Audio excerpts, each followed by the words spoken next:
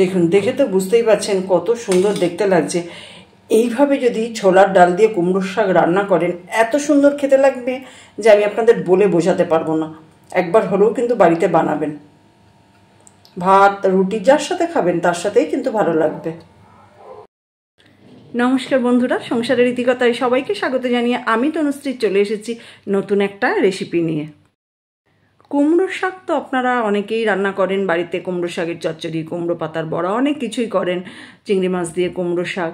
আজ আমি আপনাদের কুমড়ো শাকের একটা রেসিপি দেখাবো, তাহলে সঙ্গে থাকুন, দেখতে থাকুন। সম্পূর্ণ নিরামিষ কুমড়ো শাকের একটা রেসিপি। উপকরণ তো একদম নেই বললেই চলে, খুবই ঘরোয়াভাবে রান্নাটা হবে, আর খুব সামান্য কিছু মশলা তো একদম নেই বললেই চলে। যেটুকুনি লাগবে এটুকুনি কিন্তু না দিলেও নয়। তাহলে দেখতে থাকুন। ছোলার ডাল নিয়েছি, এই যে কাপটা মেপে 1 কাপ ছোলার ডাল নিয়েছি। এবার ছোলার ডালগুলো ভালো করে ধুয়ে নেব। ছোলার ডালগুলো আমি ভালো করে ধুয়ে নিয়েছি। এখানে কুমড়ো শাক নিয়েছি। এবার কুমড়ো শাকগুলোকে আমি ভালো করে ছোট ছোট করে কেটে নেব, তারপর ধুয়ে নেব।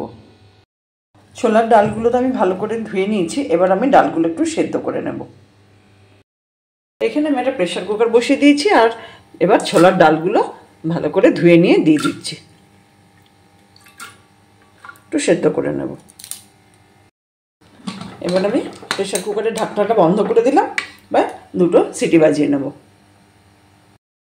ডালটা তো সেদ্ধ করা হয়ে গেছে, আমি গ্যাসটা অফ করেও দিয়েছি।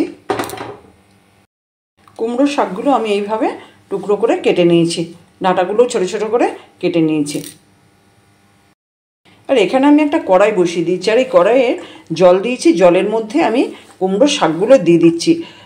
অন্য সময় হলে আমি এটা করতাম না, কিন্তু এখন তো বর্ষাকালে চারিদিকে খুব পোকামাকড় হয়, তো সেই জন্যে একটু গরম জলে আমি এই কুমড়ো শাকগুলো হালকাভাবে একটু ভাপিয়ে নিচ্ছি। না হলে এটা না করলেও হতো, শুধু বর্ষাকাল বলে এটা করছি। কুমড়ো শাকগুলো তো আমি হালকা করে ভাপিয়ে নিলাম। এবার আমি শাকগুলো জল থেকে তুলে নেব। এইভাবে জল ঝরিয়ে তুলে নেব।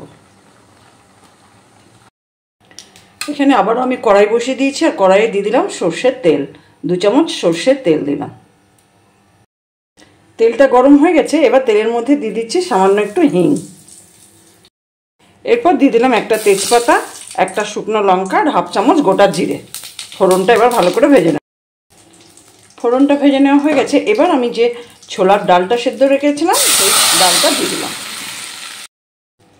এবার যে কুমড়ো শাকগুলো সামান্য একটু ভাপিয়ে রাখলাম, কুমড়ো শাকগুলো দিয়ে দিচ্ছি।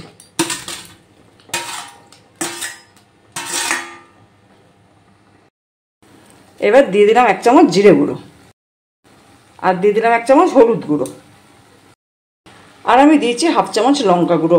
এবার সব কিছু আমি ভালো করে একটু কষিয়ে নেব।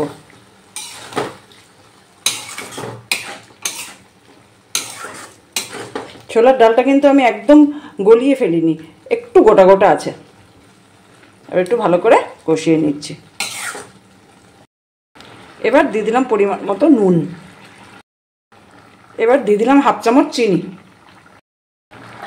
এবার আমি গ্যাসের ফ্লেমটা কমিয়ে দিয়ে একটু ফুটতে দেব, কুমড়োর ডাঁটাগুলো যাতে সেদ্ধ হয়ে যায়। রান্নাটা তো প্রায় হয়েই এসছে। এবার আমি উপর থেকে ছড়িয়ে দিলাম 1/2 চামচ গরম মশলার গুঁড়ো। এবার গরম মশলার গুঁড়োটা একটু ভালো করে মিশিয়ে দেব।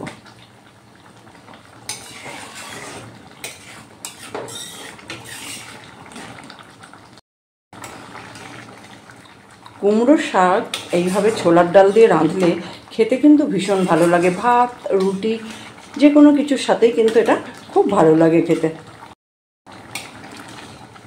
এবার আমি গ্যাসটা অফ করে দিচ্ছি, কারণ এতটা ঝোল তো থাকবে না, একটু রাখার পর এটা টেনে যাবে।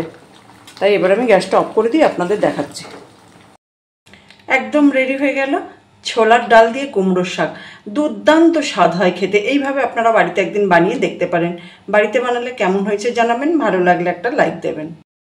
আমার আজকের এই রেসিপিটা ভাত, রুটি যার সাথে খাবেন তার সাথেই কিন্তু ভালো লাগবে।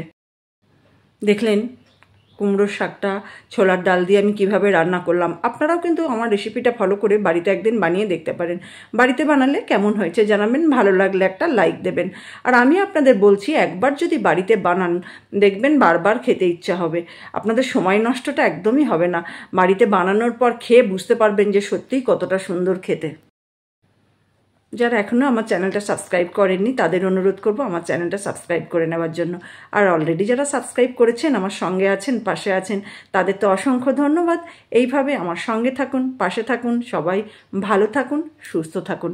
দেখা হবে অন্য কোনো দিন অন্য কোনো রেসিপি নিয়ে। ভালো থাকবেন সবাই।